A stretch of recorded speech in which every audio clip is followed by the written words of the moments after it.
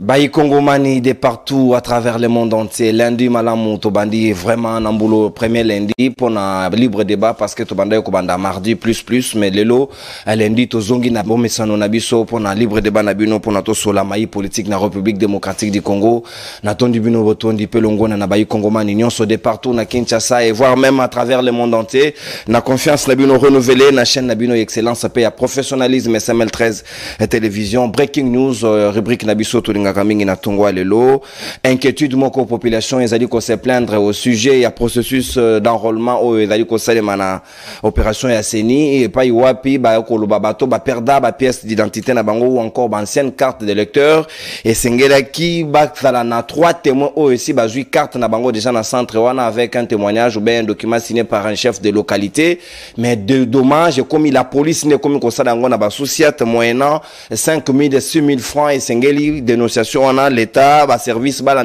pour aller vérifier si les informations s'avèrent être vraies selon les témoignages de part il y a des électeurs au centre de vote. Maman dit dit solo le lot opération annoncée par l'hôtel de ville qu'on soignait tout peu qu'on lavait boulevard le Mumba Nangonga le lot qu'on lungola ba épave non so ezali tout au long na yango pe ba marché pirate ou encore ba lungola pe ba terrasse de fortune et pas hôtel de ville et si quand on commis ou interrogé ba vraie raison où est poussé batuba ça la terrasse de fortune na ba marché pirate tout au long yanzela est-ce que kolongola bango nangonga lelo et qu'on résoudre dans la durée les problèmes qu'est-ce qu'on a remplacé quelle est la solution et immédiate qu'on a trouvé pour mettre en place question batuba zongela susu na ba marché pirate wanate petoko réfléchir yango na bayi kongomani bazali na ngai na tongo lelo pe ami bade tokozonga na probable réaménagement ya gouvernement Jean-Michel Samaloko de gouvernement Samade où ezali déjà à quelques heures ou à quelques jours sauf règlement à dernière minute avec Obima est-ce que nangonga lelo tokoki d'abord ko évaluer ça ma 1 ce qu'ils ont fait et ce qu'ils ont apporté dans vécu quotidien à Bayi Kongomani avec le budget aujourd'hui estimé à près de 16 milliards de dollars américains et ça dit quand même quelque chose à encourager est-ce qu'ils allaient vraiment profiter d'un dollar ils allaient monter en puissance le lot 10 dollars ils allaient s'échanger à près de 22 000 francs congolais et sengeli ko maîtriser pe courbe wana to sola ngona bayi kongoman bazai na ngai déjà tozali na mwende la bwenda le troisième intellectuel yakabe yakamwanga le prophète politique le coordonnateur de l'essai de Kombo Moulaï maître Papi Diosso au cadre ya Aldec partout Kambami na mama Adel Kainda pe tozali na moko ya bayi bilenge le Vinga de la politique congolaise mwana mboka Mitterrand Ilunga ya Kabila forever ali na biso lengo petozali na mwana suka maître Tinda Patrick Oazali moko ya bayi au cadre ya MLP ya président Franck Diongo petozali na mwana mboka Dieudonné Kaninda moko ya bayi cadre pe personnalité ya Katia Union Sake très proche ya Jean-Marie Lukula c'est Don King pe ya Ngobila Mbaka Gentini gouverneur de la ville petokoso la mayi politique yango na baninga décor ezali planté tokofunga la hostilité na mwende la bwenda maître Papi Diosso maman zali molandi monene ya libre débat na pesi madame Diosso de pinda kwa kolanda biso mbote et puis tokofunga la hostilité na yo na ngonga lelo est-ce que vous allez fier na opération au Jekoko na Gentini Ngobila bazali ko mener na terrain na mokolo lelo kolonga la marché pirate oui bonne nouvelle mais qu'est-ce qu'on a remplacé est-ce qu'on a interrogé les causes qui ont poussé les gens ya ko sala ba marché pirate comment ba revivre parce que misala le comme problème. Joyeux Noël, une fois de plus, Ndekonono, pour la considération au Pesakabiso. Merci. Dans le Bara toujours, je suis le célèbre communicateur. Il y a une sacrée. La Pessimbote, oui. La Pessimbote, na Bandekonanga, tozali ko partager plateau. Pour na Baomi Bale Kabila Forever, Nandekonanga, il y a Jean-Marie Lukula, si c'est la première fois, Tokutana, mais pour Nandeko. Il y a MLP, Tokutana déjà, je crois que ça c'est la deuxième fois. Na Pessimbote, na Bayenyon sur la formation politique Nangai, Aldec, Alliance des démocrates chrétiens du Congo, Oekambami na Mwanamboka, Mama Kipindanu, Nambwende, Diagonès, Mama Diagonès, Adel Kainda Maïna. La couleur vite. Donc, couleur kakizali kola qui s'attachement à Moussala. Donc, libre débat est comment la famille. Et la famille, chaque soir, papa sur la carte. Na maman, na bana. C'est comme ça que Bissopé, lorsque nous recevons l'invitation à libre débat, tout ça est fort. Tout ya poto le bela maïma. Talimbo kana ko bosanate balandinanga nyoso ya mo amba. bazali bana forgeron bana forgeron nyonso na boutique Mama Jackie na moni petit nanga Jonathan batie déjà TV wana pour batala les troisième intellectuel de Kabea Kamonga le prophète politique Moutoua Tchaka bao wana mal à l'aise Joseph Kabila Martin Fayulu Moïse Katumbi Matata Mpono bakoka olobate soki papidio so azawana likambo tozola ikolobela ya assainissement ya boulevard Lumumba. La question qu'on se pose, est-ce que na Kinshasa oyo ya biso il faut toi assainir kaka boulevard Lumumba, toi il faut toi assainir la plupart ou la grande partie ya ba avenue ya minene ou ya mboka na biso Kinshasa. Je parle en mboka en termes ya ville ya Kinshasa. Jantini ngobila oyebi na kati ya union sacrée na lobaka yango maloba na nganganga na lobaka yango il y a des mouches, il y a des crapauds, il y a des cancrelats, il y a des biloko ebele oyo bauti kuna na F soso baye ko bata manakati ya union sacrée pona ko protéger na exemple on catégoriser ngobila wa s'il vous plaît bango moko ba komicha na catégorie moko ngana lobi na tangi kombo motuté mais seulement il faut au moins que un jour to vanda na Kinshasa awa l'ancien gouverneur ya Kinshasa comme on a eu André Kimbuta yango mobala mama Yvette aloba un jour Kinshasa moko eko bongate un gouverneur en fonction alobi moko eko bongate à cause ya libulu manzengele awa sur université ba image etikala ezati lilo mais ce sont le même gens au lilo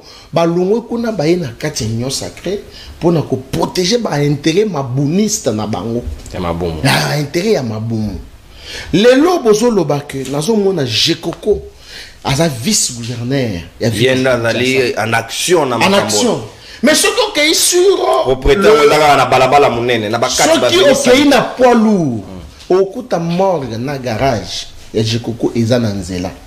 Moi j'aurais souhaité Papi Yosso l'intellectuel ya Kabea Kamonga Jekoko abandanano yena ngobile Jekoko azala na bonne volonté ya koyebisa ngobile au moins yangobi nde naza boyambaka yangobi yangobi nde naza boyina na morgue eza na polo na nzela population empêchaka batu basukile aisément na garage nanga eza pe na nzela.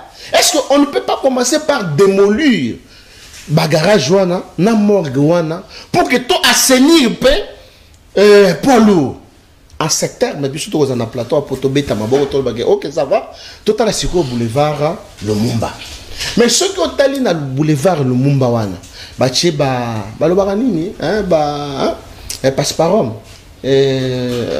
comment on passerelle non pas passerelle je ne parle pas de passerelle pelouse naturelle n'est-ce pas baloni yango mais ça coûtait des millions de dollars. Oh pour nous on a pelouse pour millions. Pour nous on a pelouse wana so otali ba travaux na utilité tambola na ba grands acteurs ya ville à Kinshasa ba epave tonda tomoni opération hôtel de ville et sali a non zéro véhicule na nzela opération wana ebanda depuis Joseph Kabila Zalaka soki batindi sikoyo ba agent na nzela ekomi cop oh terrasse eza ya cousin soki mutu keke na kalufungula $200 kalufungula $200 300 même voire même $500 mais si comme bon on ezokota na caisse à l'état te ezokota na ba poche na ba mabenga na bango ozomona.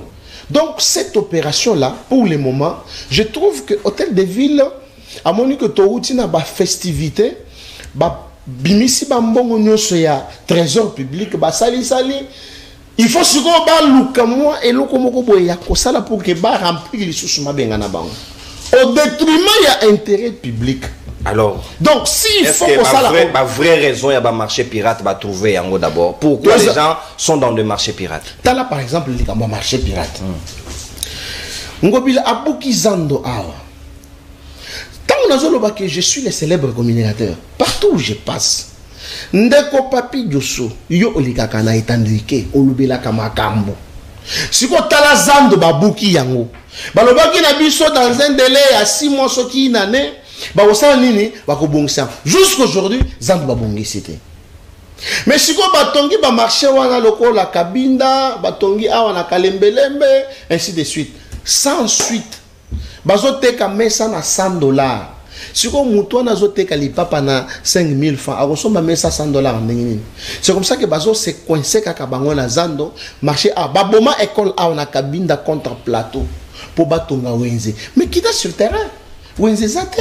Mais comment le chef de l'État doit permettre biloko tinangonga lelo? Non mais le chef de l'État est-ce qu'il faut acquitter na bas service non lui est le garant de bon fonctionnement ya ba institution. Tala Ngobila Yesiko Azawana pour la gestion de la ville de Kinshasa, n'est-ce pas? Moi j'ai toujours dit Ngobila il faut démissionner. Ngobila démissionne raté. Je suis de l'Union sacrée non pas pour amasser ou encaisser ma faiblesse ou soit ma makamoko ou salir image à chef de l'État. Nous devons dénoncer. Il y a un peu de dénoncer. Bisomoko tozo dénoncer. Bisomoko na l'Union sacrée tozo dénoncer. Bangote. Pour bango bazana liloba koloba te, basala 18 ans, 22 ans, basala le côté. C'est nous qui sommes là, toujours dans cette ngobila. Yo ozo travailler bien te, joie vanda tchapembeni. Merci. Donc il faut d'abord bazo ba mesure. Ya que non ni tuka oyo baz ezali na nzela. Bo pesi bakolo nango délai. Et ce qui l'État a ça la forcing naïe, c'est bien bon, mais avec un avertissement. Mais oh les gars tolali to la moki au moins je vois à côté nanzela. Oh non, nazo kanga bateras. Mais bisika mosusu bateras ezako sala. Les loba le pique no bateras il faut etika makela partie à 21h. Mais tambola na banzela jusqu'à 23h ba musique. Les autres tambola même pembeni ya ba hôpitaux. Donc c'est une pire distraction. Merci. Moi j'ai toujours réitéré mes vœux, il y a que Jantini Ngobila. Il faut démissionner dans la ville à Kinshasa. À ça, l'attente n'est pas non, mboko yeko bonga les choses mais yé aloba bongo te mais a démissionné. Merci beaucoup mon amboka maître Papi Diosso le troisième intellectuel Yakabe Akamanga. Je vous appelle vraiment à la responsabilité surtout ceux qui moninga koloba pas de dérangement sinon l'application stricte il y a carton jaune na carton rouge aux d'application ceux qui na zobio jaune na réduire minute na deuxième tour il y a parole ceux qui na zabolio rouge et ngi koloba ke okobima pena mukado ti mpanze kuna ozeli biso moke na ndenga mame oza bien sika mwana mboka mitera ilunga maloba ngambo wayo bato mususu babikela kaka na musalo ya moke ya maboko wana mama koteka na marché pirate wana bana ba kotanga kilasi pe na kati wana mama sali moi terrasse na ya moke mais l'État ne mesure pas les conséquences na ba problème union sur la situation sociale au difficile peuple azali nango avant la facilité ya kobuka Abouki sans avertissement avec toutes les conséquences qui s'en suivent. Est-ce que Ngobilana je kokoba ko réfléchir une opération Barossa? Bien, merci beaucoup. Avant toute chose, na kopé salisu soubavé le meilleur. Na bakoromani o nyoso bazali kota la biso à travers le monde. Et puis na pesimbote na son excellent Joseph Kabila Kabange. Pe na bosanité mwana mboka, c'est lui que la jeunesse actuellement appelle le modèle du renouvellement de la classe politique. Le président national ya Kabila Fort et Vert, mwana mboka Gideon Petch. Mais na yoki mwa pasi na intervention de Godjoso, mais avant na sala moi toilettage on a benga scientifico technico idéologique na lombango na koyebisa ba imboka. Pourquoi biso Kabila Fort et Vert? Pourquoi biso FCC dans notre ensemble toboy ko kende ko zwa part na opération enrôlement. Na bandi ceux qui vont tangi communiquer, il y a Kabila Fort et Vert comme communiqué, il y a ba père et FCC pour comprendre que ezali na ba recommandation auto sali na kats. Et là kwa liboso to sengi cour constitutionnel, ay ba kozala cour constitutionnel moko impartial. Impartialité na droit linkoloba nini? Impartialité linkoloba ke mutu o azali arbitre, mutu abengami juju, mutu abengami akata likambu na yo. Azala mokonzi o aliaka ngulu ya lito imorote. Azala mokonzi oyo après avoir koyoka toutes les parties prenantes décision à kozwa et kozala vraiment fondé sur basoubassement moko za vérifiable. Mais soto ke na kata cour constitutionnelle to bandina na likambo etali bongo formation ya cour wana. Boromona même l'eau ya ba juge ya liboso o bayaka na tango ya Dieudonné Kalouba. Bakotaka en violation ya constitution puis ya loi organique portant organisation et fonctionnement de la cour constitutionnelle. Mandat ba juge o bazalaka ona. Il fallait s'il en a 2022. Mais mandat silité ndeko Félix Tshisekedi aye ko sala nini ko retirer ba juge o bazaki en pleine fonction. Comme conséquence, vous voyez comment Ndeko Kalouba tant tirage au sort et salami, bah tirer, bah jouer raison qui était mandat na yo et s'il parce que ouaki ko remplacer Bandeko. Et là comme balé, c'est la même cour constitutionnelle aujourd'hui. Attend additionnel, c'est ça les termes qu'il faut utiliser en français pour na Bandeko ba juriste à réseaux sociaux, bah mais qu'un peu qu'on comprendre facilement. Mais c'est un juriste des réseaux sociaux parce que quand j'explique une matière qui est technique, il y a tiens le roi Mtaché Tumbaku. Alors je continue pour dire ceci. Et là, parmi Balé, vous remarquerez que la Cour constitutionnelle est venue officialiser la transhumance de la politique congolaise. La Constitution dit ceci. Tant aux 8 mandats, au commis député, au sénateur, n'a combo à parti politique, à partir du moment où on s'est retiré de la partie, on a au père de siège. Mais arrête à dire de nos Kalouba, et qu'on officialise la transhumance, va tout un tamboué.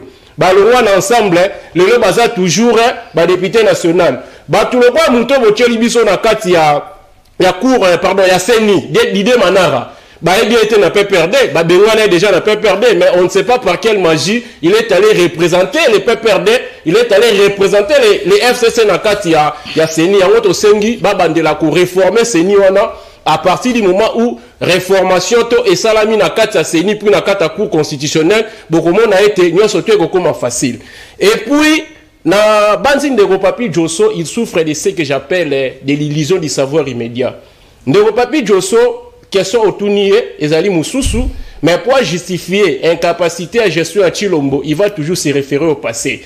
Kabila a fait 18 ans ici il a partagé son mandat avec beaucoup de politiciens dans le système d'alliance. Muzitu, même Ndewona Bango a sombela mutumo lelo mokonzi lopangu na limité. O a comme premier ministre nani? O a Lemba. Chibala. Il a travaillé avec Kabila. Mais en aucun jour, tout le monde a Kabila. Tant que tu n'as dit Kabila, j'ai échoué, soit j'ai réussi. Na bandeko o kingani to bandeko songolo pakola. Mais à chaque fois qu'on te pose une question, reste sur la thématique. Au lieu de tergiverser le quoi soso bakati muto e bato ki okufa place nini na esikoyo ko simba motuna oyo tuni na motuna oyo tuni na ikoyo kapasi mutamaele moko loba les plus grands succès d'une autorité c'est de répondre aux desiderata à l'attente de son peuple.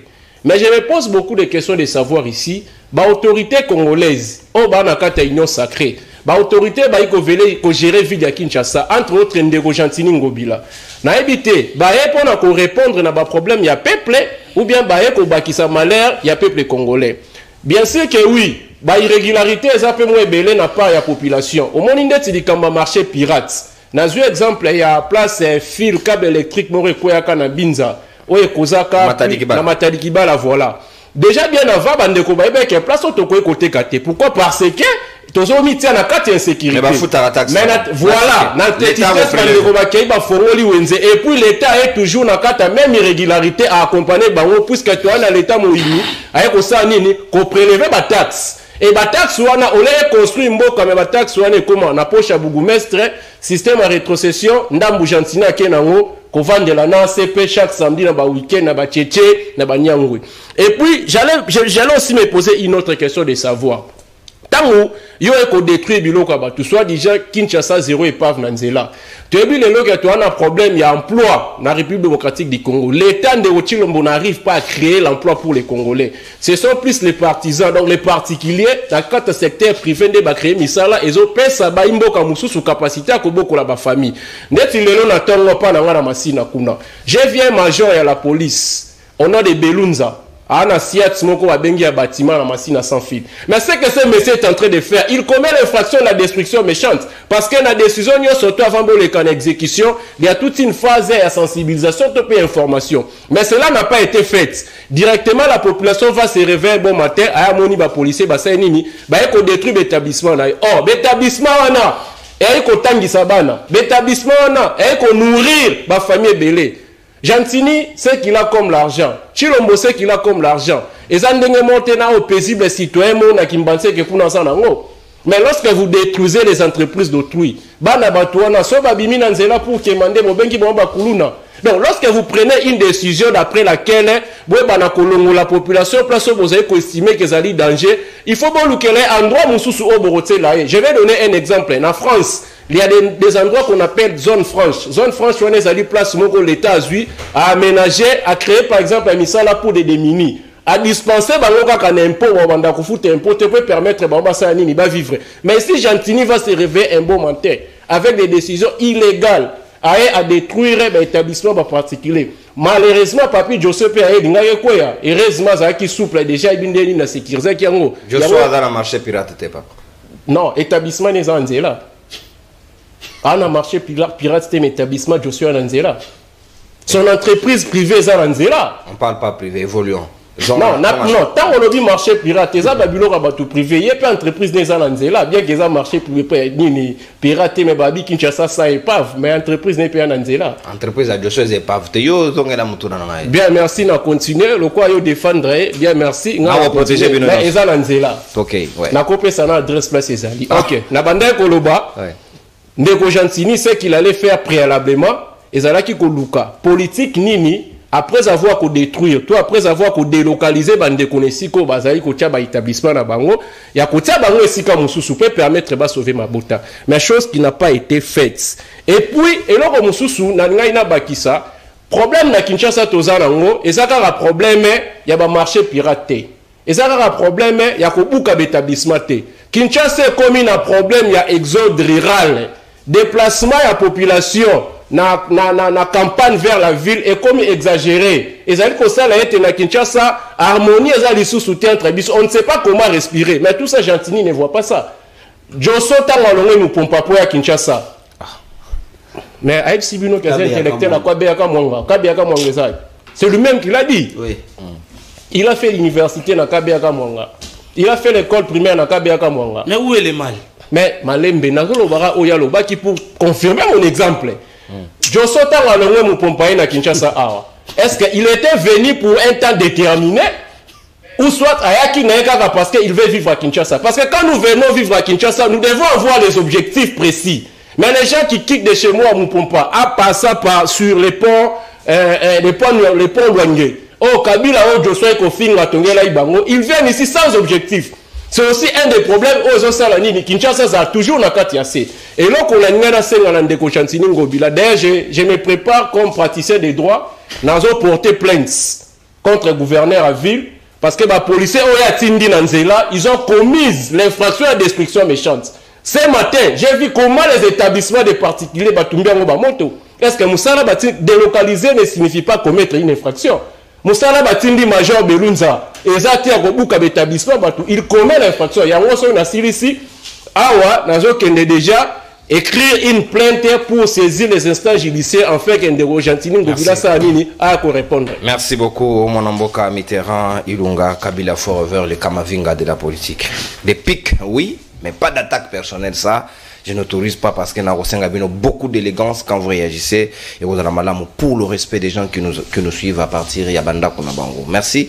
Mon Mboka Kaninda, Dieudonné Sika Malobo Ngamboayo. Est-ce que yo personnellement, vous allez sûr que gouvernorat provincial est mesuré vraiment un peu le bien fondé, il y a opération, il y a des qu'on mène à terrain et puis à telle situation sociale de la population et puis dans quelle mesure juguler la crise et aussi trouver la solution immédiate, c'est-à-dire qu'on propose bango ba marché à Sika pour ba kende du moment où badali ko ba bengani bango bato babuki ba terrasse na bango, qu'est-ce qu'on leur propose en retour? Bien, merci beaucoup Ndeko Nono. D'abord, on a pesi bavé les meilleurs na bako débatteur toujours kabolana bango makanisi et puis na bande konyoso bazolanda biso na bana nyonso Congo na ba institution nyonso tozanango na ekobandara yemoko tata mokonzi Félix Antoine Tshisekedi Tshilombo na gouverneur de la ville Gentini Ngobila qui fait objet à chantage dans ce plateau.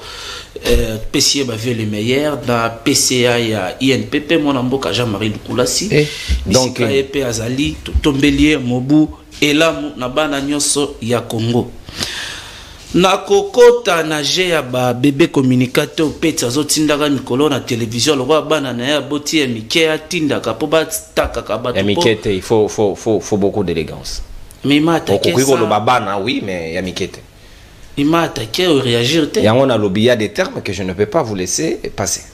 D'accord. Bon respect à mes téléspectateurs, Bazolanda Bissau. Très bien. Je suis obligé de retirer les termes. Merci. Donc, il y a un Bisa, Baimboka été. toyoki bosoto to pe poto poto lobamia avant na komana na makambo etali ville ya Kinshasa. Olakisi Joso Musapi.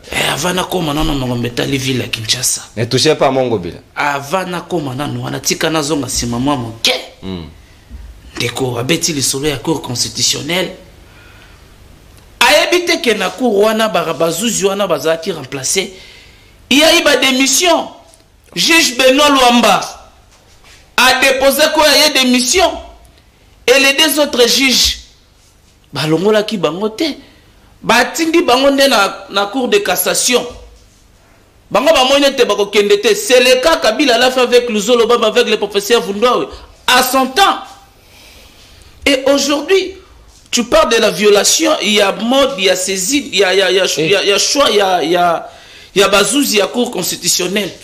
Oh, si le besoin qu'on prouver des violations en athée. Vous avez eu des juges qui venaient fraîchement dans le bureau politique. Mais biso to elibino bazouzi oyo ba outi na magistrature, misusu ba outi na barreau, ba passer na ndenge sengeli.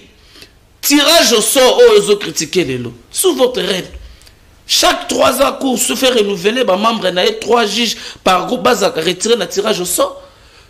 Et te respecter oyo mibe ko serra kibiso. Basta de tirage au sort. Bazouzi bakei. Et comme sous chantage, comme il n'a pas la bino bande quoi 18 ans au botambo simboka de violation en violation. Gangsterisme au sommet de l'État.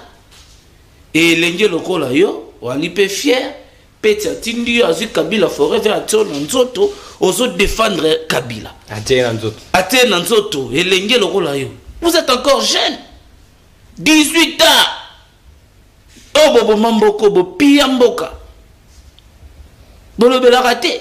Si tobito zongo na ba violation. Ndeko na ngatinda yo to bundi neto na opposition. Président de Franck Diongo, malgré le loi commune opposition à ça non, avait été arrêté injustement, sans raison. Procès en cours, na cour de cassation. Na ba chaîne na bino déjà bazo rendre verdict final pendant que le juge ne s'est pas encore prononcé.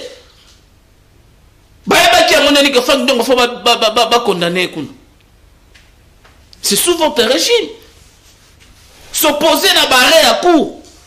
La cour a rendu son arrêt, rétablissant un gouverneur dans ses droits. Et en vertu de quoi Bino Boyela Bisso va commissaire spéciaux dans ces pays. Mais c'est une honte. Nazongi dans le koto ya Maeta Liville. Sur le ville, l'autre tient pas Joso Ndegen. Est-ce que Joso Ndeko Joso alobi, il s'est masturbé trop. Ndeko tika ba masturbation. Hein? Autosatisfaction, ils ont même on a ba masturbation. Tu dis des choses même que tu ne maîtrises pas. Toye awana etando pona koyebisa ba imboka ce qui se passe réellement dans notre pays. Toye ko sala théâtre que je suis 4e, ceux qui 10e des intellectuels de Kabea Kamwanga, tu évites titre na octroyer yango. Non, je suis de Kabea Kamwanga. Toi, vous aussi. Je suis de Kabea Kamwanga. Je me suis servi de ces 4 mois. Je dis, je suis le premier intellectuel de Kabea Kamwanga. Il est ni même le Tshisekedi, il est ni même tous les ressortissants de Kabea Kamwanga. Donc, de côté, comme Maboki, on a ça là. Sûrement, il se faire enregistrer dans la liste. Non, il n'est pas. Ça, ce sont des. Comment on a le ça m'a comme moi, ça, dans mon côté, le premier intellectuel de Kabea Kamwanga. Non, je n'ai pas besoin de ça. Ok.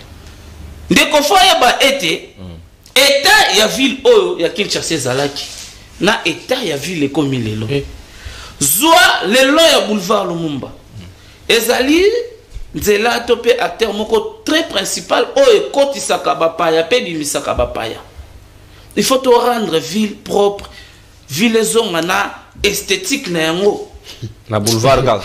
Ezaka na boulevard te. Po maye salemi à travers ville à Kinshasa, éclairage public à travers la ville ezaka na boulevard te. Na banzela nyonso eminene ya Kinshasa eza na éclairage public. Tina kitogimo aussi. To uti ko sepela ba moment ya festivité.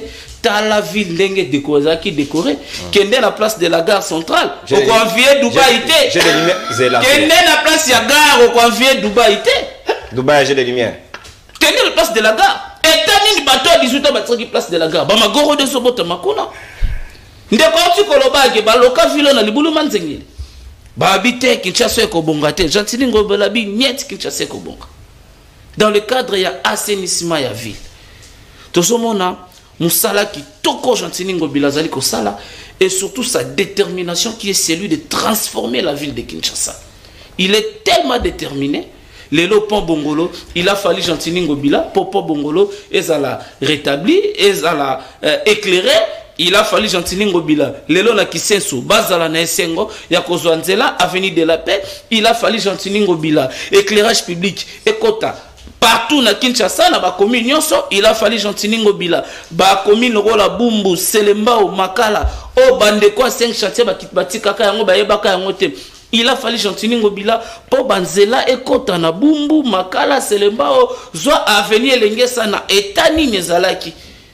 Mais avenir na ifungwa mitikuna na monga fula. Siko terrasse ya maman Obabuki atangi sakabanda na kelasi wana alela kawana comment le problème ya ba marché pirate le long ya boulevard. Ezaliga problème ya boulevard Lumumba te. Tala na Matadi Kibala nzela ya singao ya kurande katala ki tala ba dege salaki. À chaque fois ba accident muke ba mituka pour ekei kuna ezoboma ba mama ezo boma bandeko bazoteka pembeni bayebisi bango bolongwa na nzela bokota nde na kati problème ba marché pirate eza problème ezo déranger ba congolais depuis les années eza dia ba makambo ebele na kati kuna batongi ba wenze lokola na boulevard Lumumba il y a des marchés modernes eza construits là-bas lokola marché de la liberté soko continue na kati na bétalage vous allez vous rendre compte que elle est un peu vide. Mais ba maman bali ko s'exposer na danger na nzela ya balabala. Babisi bango te mama kota na kati. Campagne de sensibilisation makasi ça. C'est que faut garder distance, il y a au moins 20 mètres na boulevard. Mais oui, il faut que la sécurité abat. Faut que tala na cadre embellissement ya ville, tala ko banda na limité, tala boulevard ndenge et komi kitoko ndenge ba bongisi nzela na. Ceux qui na lobby bongo, c'est parce que na ngana bakso mutuna moko ya en 1 minute na wetikali. Soit tu garder 20 mètres na boulevard. Sur un bon parcours pour enfants qui est limité à 0 mètres na boulevard. Mon tout cas père mort côté bomi bana ba sakana kuna. Comment ngobila monya ngote na joko. Parc o batse batomi na limité. Ezo pesa beauté ya ville. Parce que le long na ngwana batomi ezo pesa image kitoko ya ville soko bani na 0 mètres na ville na boulevard. Tango zo kende. Mais soko côté ba côté ya Pascal. Soko komi côté ya Kingasa na suka. Pembeni wana na quartier 1 vous allez vous rendre compte comment maman bazo tanda na désordre ya ba bisi bango te bokende na kati Gentili Ngobila ava banda ba action il a construit des marchés modernes lokola na Matadi Kibala lokola na Somba Zigida. Matadi Kibala il a un marché moderne construit. Mais vous n'êtes pas informé aux hommes pensez sango kita construit kita sur le terrain. Je vous donne cette information. Ce quoi l'information moi je vous donne cette information zoa caméra na okita na ngo kuna omona mosala nini o Gentili Ngobila sali banzela nini o Ngobila atongi banzela nini o banzela qui existait et là banzela msusu réhabilité là banzela construit et puis moderniser. Merci, il faut construire ça wana. Merci. Atongi banzela parce que banzela qui existait. Merci beaucoup mon amboka. Mendeko yena diagonesse na ye mama diagonesse mama diagonesse et ba potopote o sale makuna na portefeuille. Nous pouvons aussi dire certaines choses. Mais nous ne sommes pas à l'école, il y a chantage contre les autorités, contre les personnalités. Merci beaucoup. Je suis de l'Union sacrée. Nous soutenons le chef de l'État. Nous soutenons tout celui qui a la vision du chef de l'État. Merci beaucoup, mon amboka Dieudonné Kaninda. Nous avons une information à marché Matadi Kibala te na lingabi le mingi parce que vous avez interactif. Je vous promets, en tout cas ceux qui n'ont pas besoin de rappeler, envoyez-moi le message, le numéro est en noir, c'est le logo libre débat, comment si réellement il y a marché ou pas, et vous avez un message, mon amboka, Maître Patrick Tinda Malobasika Ongambo la ville, oui, l'autorité a aussi intérêt à préserver les citoyens et c'est ngeli ko longola bango ceux qui badali ko s'exposer na ba danger, mais à la limite il faut aussi réfléchir sur le comment compenser ba perte ba besoin enregistré en tout en détruisant ba bien avant. Merci mon amboka. Merci na banamboka banso bino baibo palangani mokili mobimba baibo zuli baku ya kolanda émission libre débat mon amboka Maître Patrick Tinda Mongali Bonga mwana okata ongolo ogbusheshe ngolo ya ngolo apesi bino baso mbote bisika biso bino bozwami na ko profiter d'émission na yo na pesa mbote na héros vivant mwana mboka prophète politique mwana mboka Franck Diongo Diongo aibi Dioso terminologie na ye est-ce que boiko tikela ngai tate OK soki akamati libaku ya kolanda émission elongo moko na bana MLP banso ba cadre tout combat militant na pesi mbote na bana mboka ona ko kabola na bango makanisi na yo moko pe na ko mopandisa ngo pour l'invitation puisque j'étais ici la semaine passée le jeudi mais ba réclamer mwana suka azonga lisusu na pesi bango merci ndeko nalingaki na banda na sujet particulier mais tikana banda na ndeko na ngai na kozonga na Kabila forever et puis na kokamata ndeko na ngai Joso ayebishi ya watu saini mwa ba débat akoka ngai te na kamati na ndeko na ngai aninda prochain mobile oui to sali na opposition to bundi na yi oui ndeko comment nazo reconnaître to bundi solo po biso to une école ya Patrice Emery Lumumba na bitumba na bandai ko mono yo bongo lelo nazali un peu déçu ninge ko continuer kozala na union sacrée zonga to bundi la peuple olobi awa na mondo beti mwa monoko na kamata pona ko bosana olobi bazolinga mosalo eko salama ezali pona ko protéger population mais tango ndeko mopandisa ngwa tunyo motuna mais boni mwa bisiko ya masano o batie na lumete 0 mètre na nzela wana bino boko protéger population te yo lobi ezali pona embellissement ya ville donc si je comprends bien boko longola bato pona bosoto ezali pona protection te boko protéger bato te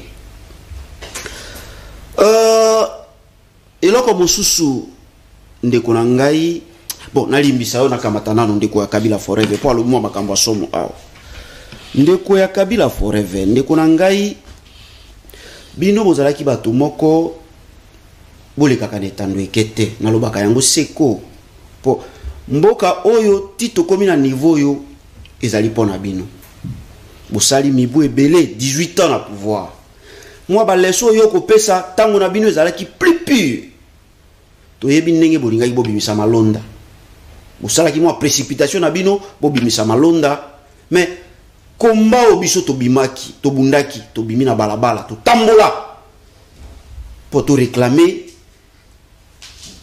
na façon bosalaki po bobimisa malonda nous avons réclamé totamboli et yaki kosala ete malonda akoma bongo président ya sénité mais ndenge bino bosalaki ezali ben ndenge moko le pouvoir en place à kusala po tolanda ndeko secrétaire général ya IDPS koloba Kabila azali sérieux atali na ba parti opposition à mon IDPS azali apesi biso pouvoir donc bino moto bosali si me kolanda même tango na marche na bino bosala la marche la plus courte du monde bolongwane loko ya koidro bokomi na triomphal mabumu botoki bolembi boloba mo makambo ebele toyoka ndenge kaka secrétaire général ya IDPS aloba obimate biso bototo pesa au pouvoir donc Franck Diongo abima na boloko na grâce ya moto Kabila tia la nanga na bokebi na lobi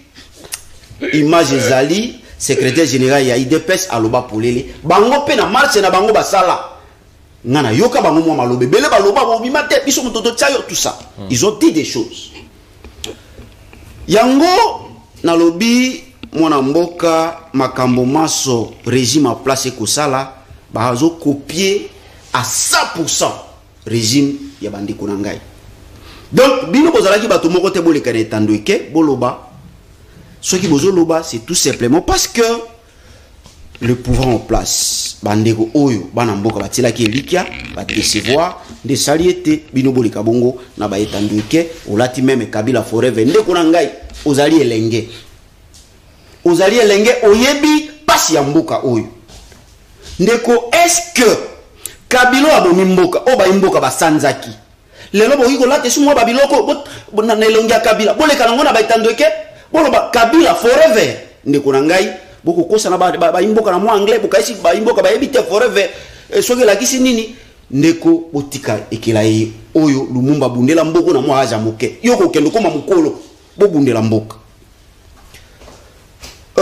ndeko Papi Josso opposant comme koyoka yokoloba na yoki opposant parce que oko tuka Jatini Ngobila Jatini fallait qui a démissionné c'est l'oba dire na yo mais ndeko eloko sengelo yeba bino Jatini asa comme pas na bino bozali na ina inyo sacré normalement yo iko yana tando ekete obanda ko condamner bato na bino puisque ezali mo ali kopa na bino mo ali ngomba na bino Jatini azali na kati na bino Jatini ko yembaka Fati beto na beto donc azali na kati na bino donc tango ko condamner Jatini Ngobila condamnaka président de la République parce que ada image na oui puisque nyonso ezali to ko sala bena vision tata mokonzi ekolo bango baso tango balika mo etando eke aleka bazue moi interview to ko sala bena image tata mokonzi ekolo bena vision tata mokonzi ekolo ça veut dire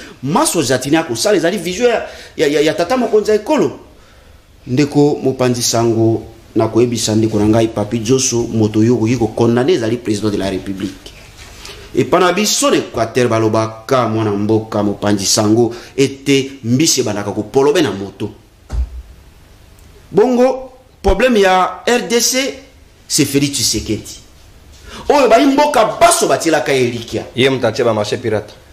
Laissez-moi vous dire le problème ya RDC c'est monsieur Félix Tshisekedi puisque na ebi da pesho adage lobe pa na biso mbisi banaka ko polobe na moto puisque ye moto azali moto bato baso ba ko sala kolandisa ma vision na ye ça veut dire si aujourd'hui Jatini akosala akosala ezali na vision tata mokonzi ekolo bakanga zando awa ndeko mopanzi sango d'abord eloko sengelo yeba ba imboka bakobika na pasi moko nano to monote ba congolais ba mibete beteke otonge osali no mo eloko po l'état est démissionnaire l'état ko kipe ba imboka te bana mboka bako nyokwama ekoma lelo lopango nyoso ko mono mutateka ka mo eloko makopa fufu ezali makopa fufu tomate po babika pasi tellement eleki régime otokanisaki to bundi to tamboli to bato ba melisi biso ba gaz to kaisaki ke mbongo na ekoingela mais koyana bango ba imboko ba tala niveau ba imboko ba komi même koloba vomi ata moi kabilo yo ke bato kabilo ba imboka misusu balobi ata kabilo azaki mabe mais ba oyo normalement ba bundi po ete mbongo na ya bango ba yeli susu ndeko kokokisaka moto azali mabe kabila saki bote biso to sali boy donc ndeko ba imboka bako bika na pasi soki bako teke ningo bako teke wana ezali pona pasi tout simplement puisque l'état a failli à sa mission ndeko mopanzi sango lelo bako panza bongo ba imboka ko tumbako na bango biloko la majorité ya bato bako tumbaka biloko na bango ezali ba responsable ba père de famille o ba kutangisa bana na bango bena mwa ba mimbongo wana po misale ezali te na kati na bango komono ba licencié ba gradué ba diplômé misale ezali te ndi ba ko mibete bete po tango gouverneur de la ville oyo akangi zango ndeko makambo mboko yo Jatini akangi zando awo alobi da 8 mois misale kosila tango na koyebisa yo mbise banda ko polobe na moto le président de la République ba imbo ba ke ko lelele tata Jatini akangi zango tolandi président de la République na bilili aye alobi ba ko sala ngombango kala mingi tenga ba neko yana mama tokotika motuka ekosala mabebongo ti lelo je crois 2 ans et demi encore eloko moko te ba to ebelo ba neko mibete bete na zando wa plus de 30 000 ba te ba kendewa donc ba ko lela moko amidembelaki na masina je crois yokaki pene pene a stade po akene ko zwa mbongo na bato ba pesa mbongo na ba banque ba comment ba banque pesa mbongo a defaki mo mbongo ate asombi one marchandise tango ki ba kangiza ndaki amidembiki to yoka ngona mboko eleka na betandweke ndeko bokangizando lelo bokomi ko bengana bato nyoso bakoteke bako mibete bete peut-être la majorité zali bo bautaki na zango bokangizando ti lelo iloko moko te dernièrement na lekaki ata mwa libange ko tiama te Mais ça, c'est quel pouvoir? Oh, bah, imboka batila ki elikia. Maintenant, bandeko wana na ko mituna siko ba ko sala. To ko risquer mikolo zali ko ya pa ba uti ko sala ngo kalate. O ko mono ba to ba ko midiembika. Donc, c'est pouvoir avec ndeko mopandi sango biso nyoso to banda ko diembela mituka po batia bisoka. Ah, non. Mais qu'on se le dise. Le chef de l'État, je ne comprends absolument rien. C'est pouvoir avec tout le monde. Babanda ko diembela mituka. Bonga na tindi ba imboka bo diembela la bino mituka. Ndenge makambo ndenge zo kende. Donc bango kaka ba antivalent nde batiaka ngo mwaka au moins ba ko intervenir. Mwana na zulo pango. O a diembela ki motuka. Ba yambie na chef de l'État moko mono mo elenga ko kila mo eloko na ye azali na nzebi. Bakutia ekate bakoyamba ina mukunza mboka te mboka babuki yango même bakobuka yango même ndeko batoyo ti bazoya bo se sont découragés au moins tango na ko ba fandiki ba oki mawa po bazalaki espoir to bundi bitumba ba papi joso to bundi bitumba po ete mbongwa de ingela na yoki ndeko na ngai alobi makambo moko pe ya mwa somo awa o ezali vrai exode rural ndeko exode rural et bandi na bango te exode rural et fandisami penzai boti misisa na bino tout simplement puisque bon négligence intérieure ceux qui déjà quittent ça o ezali miroir ezali bo soto ndenge ezali bo intérêt ezali ndenge banzele ezali te nde baimboka bako kimila na capital ceux qui babongisa intérieure mais lelo yo baimboka loko ba papi joso ni afanda ne asa neta politique intérieure atika na mupompo ceux qui ba papi joso ba ye awa c'est tout simplement puisque vous avez failli papi joso ya comme ko chama makele netandeke ko batia eka. Merci beaucoup ndeko mopandi sango par rapport à exode rural et bandi na bango aujourd'hui valeur à chef de rite yebaka te chef de rite oyo normalement à l'époque ya Mobutu bande ko tambola banda ko batala nani aye na liga ba constater que papi Joshua kimimboka na kabya kama ngaye na kitasa. Merci. Mais tango chef de rite autorité na bango bobwaka chef du quartier dernièrement na kena maya miso le kingai ba ko pesa ngamo akiti yango na bureau à quartier. Merci. Bino mozo s'en prendre na Joshua ba Eliezer ba ya wa bino mona. Non, bango nyoso ba pesa ngamo akiti yango na meka ko fanda na bureau chef du quartier. Ba toi d'araignée toni na bi o mboka ni. Donc, na niveau ya quartier, autorité zalité. Merci beaucoup. Chef de riz, on a coûté kolobate. Merci. Ce que Mati même na komi, baboumé, c'est vrai, sous salaire. Très bien. Pouvoir à la base. Que Mboka, ezo kambama, na bato oyo, bazali na souci, moko te baye koluka solo. Merci beaucoup au consommé ta antenne au maître Patrick Tinda. C'est à moins de la bonne troisième intellectuelle. Constitution peu précision la deuxième prise de parole. Parce que toi, les Kambalamor, on a deuxième thématique, 5 minutes, on peut rebondir en 1 minute et puis on capitaliser les 4 autres minutes pour le deuxième sujet. On a probable gouvernement à Samalukondo Ezali, qu'on a réaménager Samade Ezali Koya, quelle cote, quelle évaluation faire. Na o déjà basa Elibiso per remplacement ba ministre Bautiko Kendo Bazaï sous-souté, 5 minutes et pas 1 heure. Moi, Namboka Nekonono, j'ai plaisir makasi na plateau ya lilo. Parce que d'entrée des jeux dans le Biao, je suis le célèbre communicateur Batouba Seki. Et je suis le coordonnateur national honoraire de tous les communicateurs de l'Union Sacrée. On considéré Bango Loko la banananga. Naïbi caprice ya banananga. Ba Kamavinga, ba Dédonné, ba Maître Tinda. Ce sont mes enfants communicationnels. Laissez-les enfants. Laissez-les enfants jouer. Tu as vu comment le plateau a bougé avec un seul nom. Troisième intellectuel de Kabia Kama. Oh non, c'est que depuis ton bandit plateau, Azaka au nom du père édifice et Kamavinga. C'est-à-dire que j'ignore un pêche avant là, tu sais, foulard pour Ayana plateau. À la Kissie, yo ozalaka journaliste intelligent, otindaka le nom ya bateau koyama. Et puis c'est keba la mouton yozo kutana na yewana. Spirituel. Un dinosaure communicationnel. Beko mikumisa loko moko te josu. Beko bandi. Beko mikumisa. Alobi a un cours constitutionnel impartial. Nazali ko balayer. Parce que au moins il y a le bio, nazoloba, bazolobate, ainsi de suite. La discipline voudrait que tant que zoloba, tikaye aloba. Mais ndekonanga Kamavinga, okuki koye bisanga. par quelle magie Joseph Kabila comme président de la République démocratique du Congo? Parce que à l'époque, lorsque Mouzé Azalaka président de la République, l'Assemblée constitution à l'époque est que en cas d'absence ou d'empêchement ou décès, il y a président en fonction, c'est le président de l'Assemblée constituante. Kabila Zakana Zamba Kobeta Mandouki. Quelle magie a fait que Kabila devient président de la République? Parce qu'il y a le but du Kambakou constitutionnel là. Ceux qui répondent à la question, alors, sous secrétaire général, il y a partie des personnes à la recherche des détournements. PPRD en sigle, à lobby, non à l'enrôlement. Mais nous sommes informés que le membre y a PPRD, Bazali Kozozwa ba carte d'électeur na bango. Oh, malgré l'interdiction. Mais allié na bango nde azu courage Yakobi, mais peu population est bimelié. Moi na Seydou Diang. Nani mwana Seydou. Abimi na balobi yo komi mukanda, o lobi boy boy. Mais yo kozwa carte ndenge nini? Allié na bango azu courage. Bango siko bazana courage wana te. Mais sous les coulisses, bazo se faire enrôler. Mais Toyoka Makambo Lobama la Congo a. Tu sais que des marionnettes. Tu sais que des bisous pour te PC pouvoir. Tu sais que du boui. Tala. Makambo Lobama. Mais c'est aujourd'hui une marionnette. On va dire que non, bisous tozali. Donc, peut perdre batika ba aventure.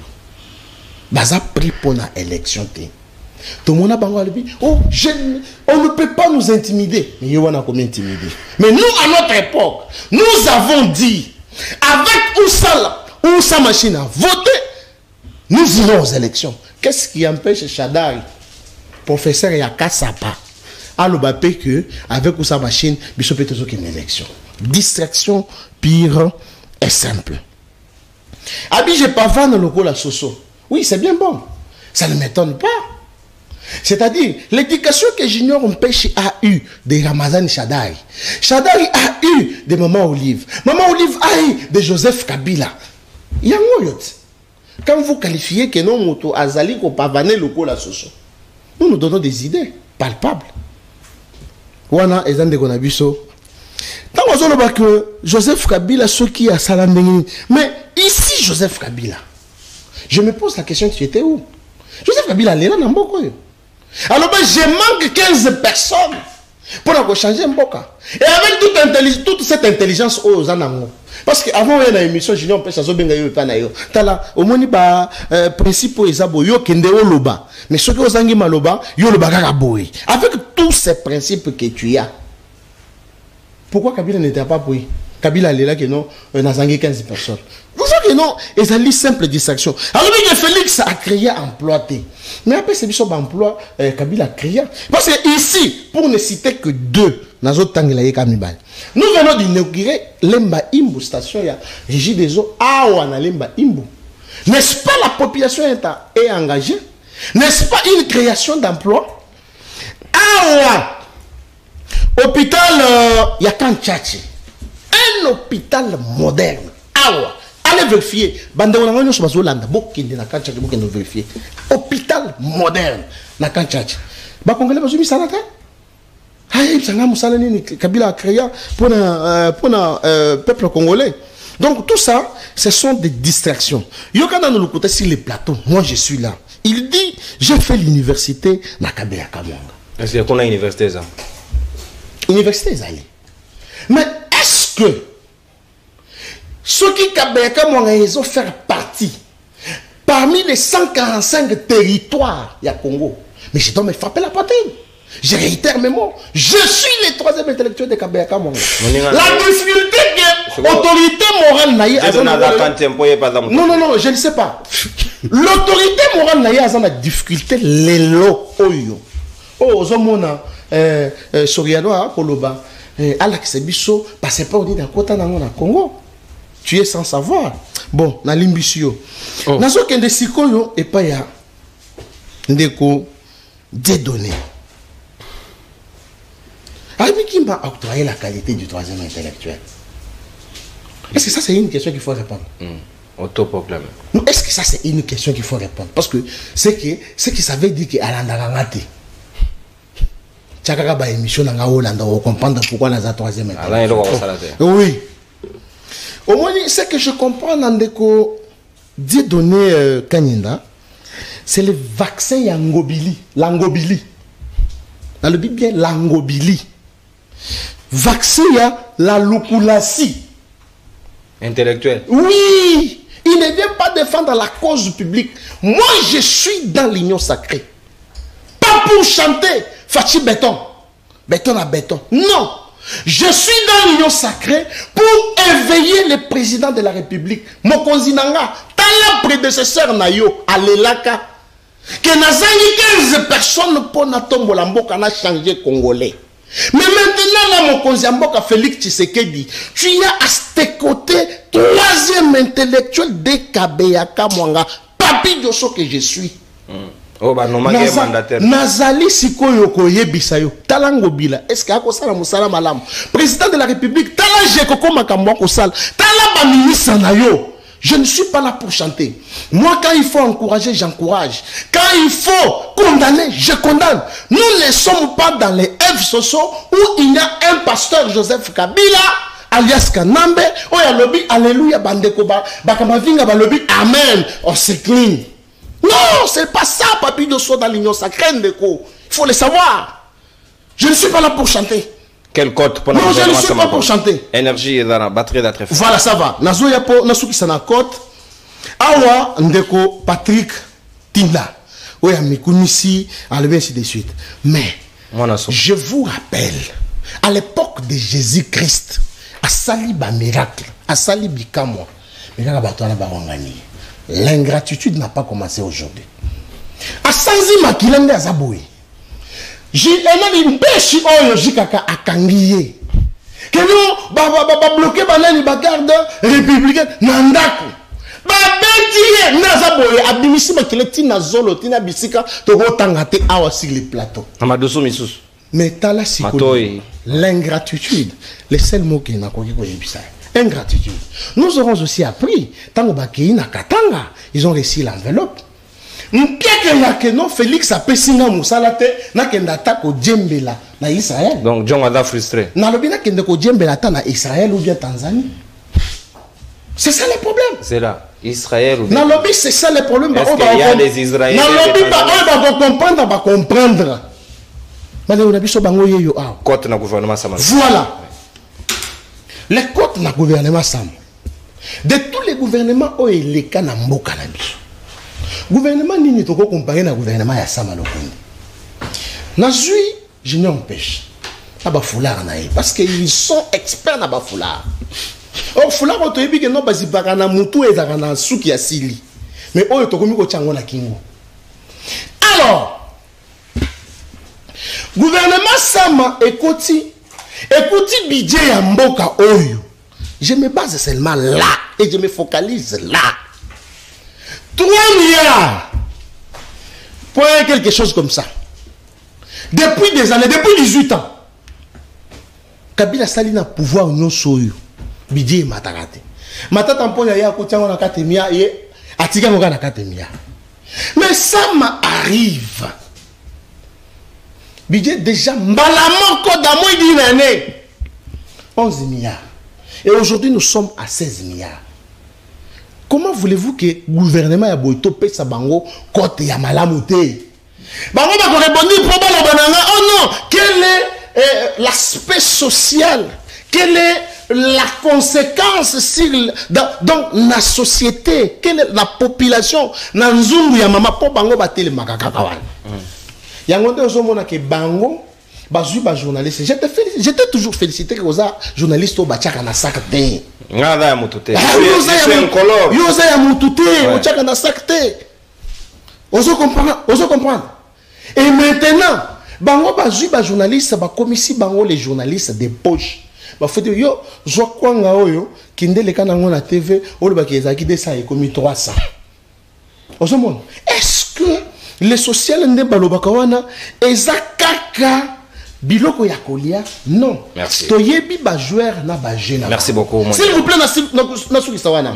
Je dis d'abord que le gouvernement Sama Lokundi soto repesa bango cote c'est 8 sur 10. Oui. Mais c'est 8 sur 10. Pourquoi? Parce que Batu Oyo, ayant vu que gouvernement Sama ezali kosala, bazwaka ba société nyonso ya l'État ba komisa yango par terre. Bazwi ba société privée na bango ba tombola yango. Merci beaucoup. Bazwi ba port nyonso ya l'État ba bomi yango. Bazwi ba port na bango ba tomboli yango. C'est comme ça que bango balobi lokole biso to bandaki ko futa ba impôt na ba taxe té. Alors Félix a lobby aye a lobby non. Toutes les sociétés, il faut que vous y a l'État. Merci beaucoup, Mwendela Bwenda, troisième intellectuel. Donc, gouvernement, ça m'a le compte de 8 sur 10, selon les alliés gouvernement, il y a beaucoup, mais ça peut pérenniser parce que les alliés qui sont et l'équipe pouvoir à 18 ans. Merci beaucoup. Sengeto gérer Ngongamalam au Penza parce que Sengeto gérer Ngongamalam, je crois, on se met d'accord. Tout le monde, nous comprenons ce que je voulais dire par là. Mon amboka Mitterrand, il y a un Penda. Quelle cote a donné le gouvernement Samalukonde 1 pour notre toyi qui a été na Oyami Bade Zalikoya et qui a relevé, bah, place beaucoup relevé comme était tamboli malamote pour que Makambo et Bongwana et la profitable pour n'abayer Congoman en attendant qu'on libérer Papi Diosso parce qu'il y a une urgence. Non, il fallait que la zone urgence n'est à Roland d'émission. Au moins, il bataille mon pompa. Bien, merci beaucoup. Nazo répondre na lombango, na bandi na motuna et puis na kosuki sa na toilettage. Avant to payer sa cote, toto évaluer bilan. Yandeko Samalukonde, il fallait que bandana nous koyeba c'est quoi les programmes qu'avait Samalukonde. C'était quoi l'intitulé du programme de Samalukonde. Et moi je pense que puisque nous avons un pouvoir exécutif qui est bicéphale, le bicéphalisme ici nous donne d'une part le président de la République et d'autre part le premier ministre. Soit on continue en logique, il y a article 91 de la Constitution, au moment a été Mibekoli Kunzi na disposition na lobby été premier ministre ne ba discutaka sur un plan topé vision oyo bakotia la disposition à peuple pour permettre na interpréter on a lolenge wana. Donc ndeko Samalukonde, moi je ne peux pas me mettre à l'évaluer bien que je suis obligé de le faire, mais si ça dépendait que de moi na koka ko vanda na évaluer de côté parce que l'exécutif sous lequel ndeko Samalukonde a commis chef ya gouvernement ezali bongo ndeko Félix Tshisekedi Tshilombo. On devrait d'abord commencer par réfléchir. C'est quoi les projets de Tshisekedi, du projet de société, tout planning qui n'a autant ou Bokonzi. Ils vont vous dire le peuple d'abord. Or, le peuple d'abord, c'est un simple slogan que même les vieux Chichi avaient utilisé. On te va qu'à contenir dans côté. Mais rapidement, nazali ko simba na nous deux aspects. Na simbi côté budget. Ndeko Papi Diosso, ça me fait du mal hein? Quand vous amenez des juristes et des réseaux sociaux comme ça sur les plateaux, ils vous parlent des budgets. Budget, la constitution est budget la finance publique. Le budget est constitué d'une part na ba recettes, to ba revenu et d'autre part na ba dépenses. Maintenant, lorsque les dépenses sont plus supérieures par rapport aux recettes, par rapport aux revenus, nous risquerons de vivre, on va vivre, permettez ce qu'on appelle les déficits budgétaires. Déficit budgétaire, c'est-à-dire le col à mon solon, ton a prévision à bino. Ba recite des alliés importants té, ba recite ba revenu par deux alliés importants té par rapport les alliés ébelés par rapport ya ba revenu, ya ba dépenses, budget on a moins peuple à sentir en ko sala nini et rozala té. La preuve année. Aujourd'hui Diosso en termes de chiffres, il nous parle de 16 milliards. Maintenant ces 16 milliards là, total la réalité na marché. Total à taux de change, ils ont déjà 22 $, le revenu, na 22 000 francs. Tokei kota bilo qu'on a wenze. Au moment que même la petite baguette, les pains que Kabila avait laissé à 300 francs, aujourd'hui, on peut l'évaluer à 500 francs. Même en termes de quantité, au moment que quantité est commis réduite. En termes de volume, pardon, au moment que volume est commis réduit. Maintenant, lui, il veut nous parler ici pour justifier le bilan positif de Samalukonde à Simbaspe, on a un budget. Or, il y a déjà totalement à côté. Deuxième point, aspect, aspect de insécurité.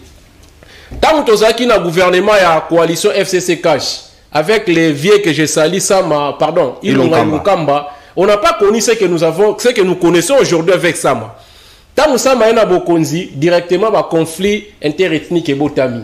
Sama a Bokonzi, insécurité comme makasi bitumbe koti entre ba policier na ba kuluna et comme opération policier moni kuluna bete masasi kuluna moni policier obomi. C'est récent, c'est un passé récent on a zobete la bino sous le pouvoir de qui? Sous le pouvoir de Samalukonde. Maintenant sur base de quoi on peut évaluer bien donner une cote supérieure à la moyenne de Samalukonde. Si il fallait donner une cote supérieure à Samalukonde à partir de ces deux indicateurs, nous devons évaluer le bilan.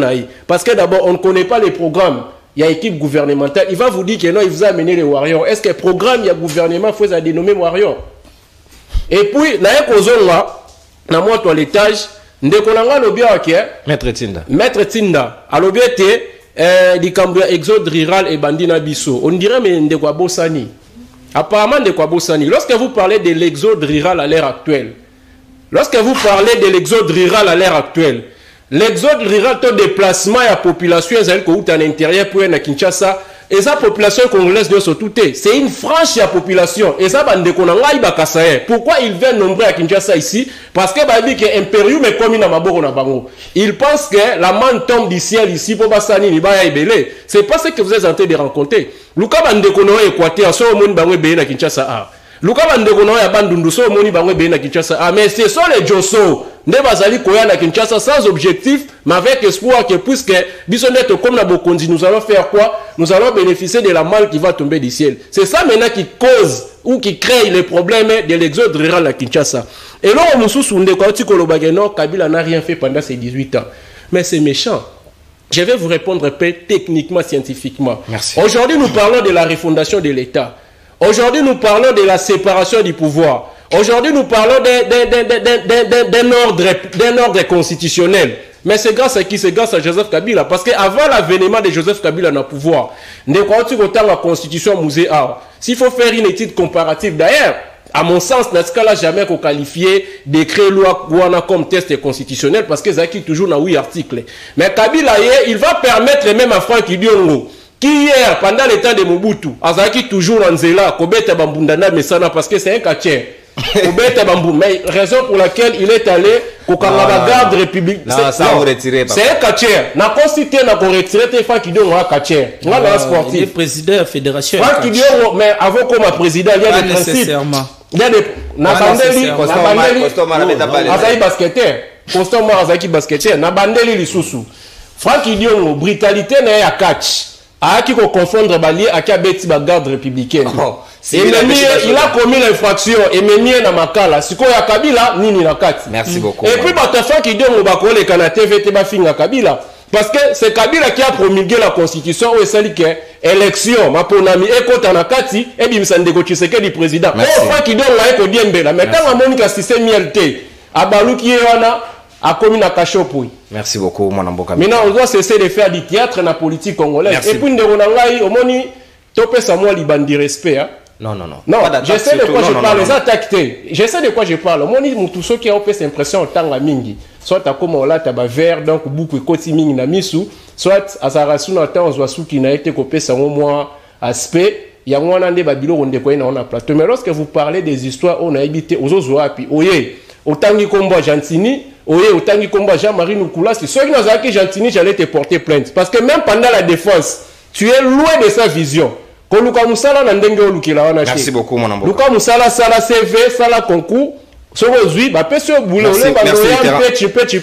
tu n'es pas ton ami, un peu de respect. Merci, vétéran. Non, on ne revient pas sous les. Non, il doit d'abord rectifier. Un peu, tu n'es pas son ami. Merci, s'il vous plaît. C'est que peu tu fais pour ce pays, toi, tu ne peux pas le faire. Vous avez cité Diongo Katier. Non, là, je n'ai pas menti. On cité un petit. Hier, Tabanda qui n'a rappelé pas qu'il doit avoir l'andanga Bikaza Katier. N'a pas cité Tabanda sans Libanda. Pas de problème. Merci. Lutte traditionnelle. Merci beaucoup, pas de problème. Mais allez, lutte, c'est le sport, il n'y a pas de problème. Mon amboka, Kaninda, Nanombango pendant 5 minutes. Est-ce qu'il faut une cote appropriée pour le gouvernement Samalokon?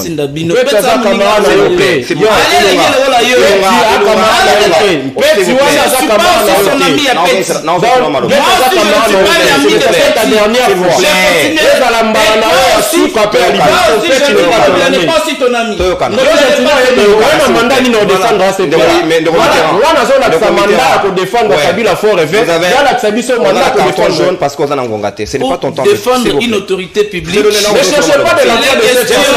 Tu n'es pas ton ami, monsieur. Mobile n'est pas ton ami. Si Petit vous envoie, tirez sur les autorités.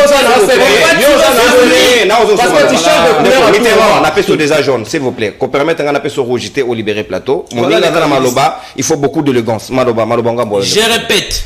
Bana o pet sa zotinda, il faut apprendre bango discipline, respecter ba autorité, respect à autorité, na ba institution, na ba animateur na yango.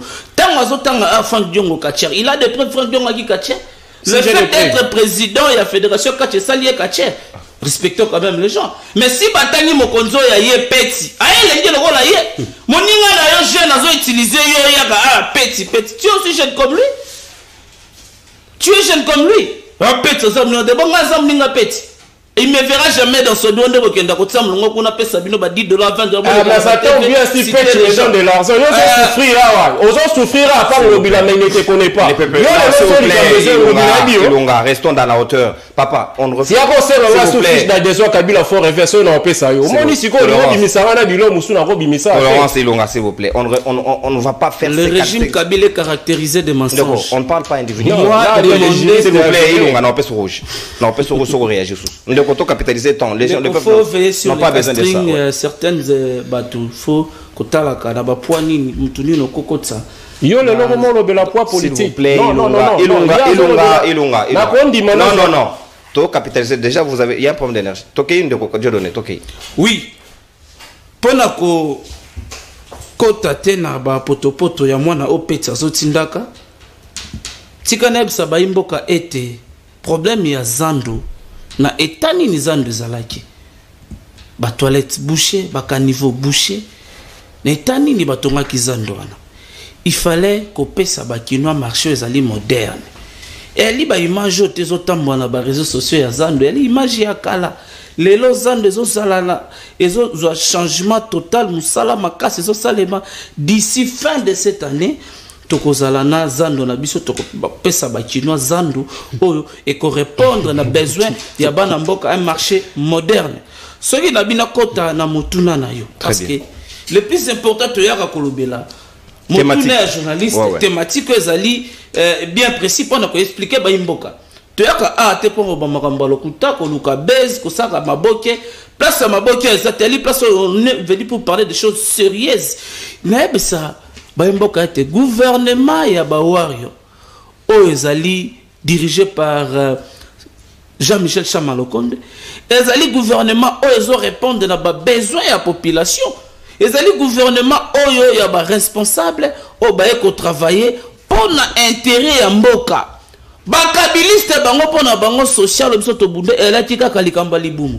Or ils ont oublié une justice équitable fait aussi partie à social ya lite ko ndoluka pri ebikie di lobeza ko teka makombie na ya lelo et puis ce qui peut te bito sur kaka na toke na bango na betide comparatif au bali nango na 2001 Kabila tanga soka pouvoir li pesala ki combien atiki yango na combien il faut pas bandaka ke biso to soki yango na 2001 autant na 2018 tant toke to siki yango autant ale bino ba commission nango autant bango bayeka kambama portrait 2019 ti lelo ba biso biso ke to tika ki biso lipa autant biso ba commission autant non on doit élever le débat faut automatiser débat ba avancer oyo ya ba wario basali c'est et ça les manon tena mboka na biso depuis Congo notre accession à l'indépendance comment na parlement ou autorité budgétaire ba fanda ba pesa budget topé baba élaborer budget il y a 16 milliards de dollars.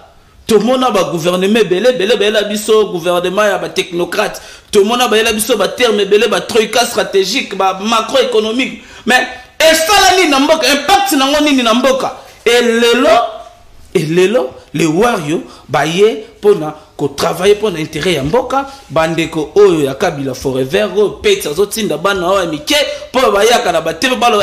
Vous les kabilistes vous devez avoir honte. Merci beaucoup mon amboka Kani. On a un problème d'énergie, on est obligé s'il vous plaît Mitterrand s'il vous plaît, on est obligé d'arrêter. Merci beaucoup de comprendre la compréhension. Maître Tinda juste un mot parce que aussi si vraiment autorisé sur la possibilité pour tenir l'entente. Oui, merci ndeko na kolobali comme kebo na zonga na sujet na mutuna na yo na koyebisa ndeko na ngai oyo mwana mboka Peti Tindi. Il doit faire beaucoup d'attention, il doit avoir beaucoup d'égards et beaucoup de respect avec les gars qui ont vécu. Exemple, moi, Namboka Frank Diongo, puisque Bitumba, oh, moi, Namboka Frank Diongo Bunda, Peta Rotiga la Bunda. Donc, c'est quelqu'un qui. Et toi, tu es discipliné? Ezali Moto Oya Bundi pour être. Animé Konyo comme Mananzoto. Oh là. Animé Konyo comme Mananzoto pour alternance Oyo et Salama. Donc vous devez avoir beaucoup d'égards et beaucoup de respect. Et Boyebi va valer on a. Tant vous qualifié des catcheurs, moi je te dis d'abord catch et Zali Sport. Ouais. Vous comprenez? Mais laissez-moi vous dire, Fak Diop n'a jamais été catcheur. Na Soussou Azali na ngoya bajen, ndi andima ki mokumba moyeba pesa qui pour être à Kambabongo fédération à catch. Merci. Quel code pour le gouvernement Sama Lukonde? Par rapport à ça, il y a gouvernement Sama d'abord na kozonga na programme. Gouvernement Sama tangoye et na oyango programme.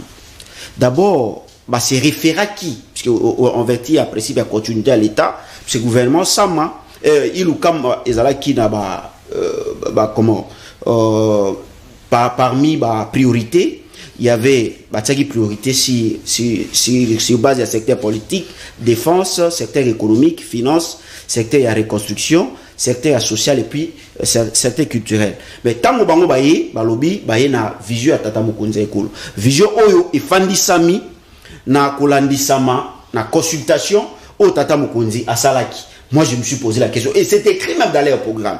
Donc chef de l'État yemo kwa zalaki na programme ezalinde tango yambi bayi leader politique bato nyonso nde sali ete apesa bango bongo programme et na programme on komona ke ndeko mopandi sango programme ya gouvernement Sama nous avons un état fort. Dans l'état fort on trouve les secteurs politiques, défense, justice et sécurité. Ce qui n'a kamati na nukaka na po balobi ba komisa Congo un état fort. Au komona que déjà sur ce plan, sur le plan politique, il y a un problème. Sur le plan, il y a défense, il y a un problème. Sur le plan justice, il y a un problème. Sur le plan sécurité. Donc là, l'État Nabiso est commis fort. L'État Nabiso a échoué sur ce plan-là. Donc ils ont échoué. Balobi va comme ça, l'État congolais est un État prospère. Mais est-ce qu'aujourd'hui, Kalamingité, ils avaient dit pour 3 ans, Kalamingité va aussi dire ça, mandat. Est-ce qu'aujourd'hui, la RDC est commis un État prospère, au moment où un État solidaire? Vous allez comprendre que, même sur le plan, RDC un État solidaire, il n'y a rien qui s'est fait. Sur le plan social, il y a l'Ibumutulu. D'abord, Ndekomo Pandisango, au moment que gouvernement Sama est d'abord, na Maïmatali Ram, alors que na programme Nabango, impliqué qui ramte na ram pendant époque il y a monsieur Sama insécurité et comme Makasi il y a d'autres villes et territoires oyo bazuyango alors que balobaki si les plans et défense ils feront tout pour que tout récupérer territoire déjà. Merci beaucoup maître Tine. Vous allez comprendre. Merci. Que tu as vraiment habité dans la première énergie. La SNEL nous a vraiment suffisamment. Ils ont pris le temps, ils n'ont rien dit. Ouais. Moi je suis en train de vous donner la matière. Merci. Pour que gouvernement Sama, population a tsaké likia. Aujourd'hui, la population est déçue, tout simplement puisque le peuple d'abord, le peuple n'a rien senti.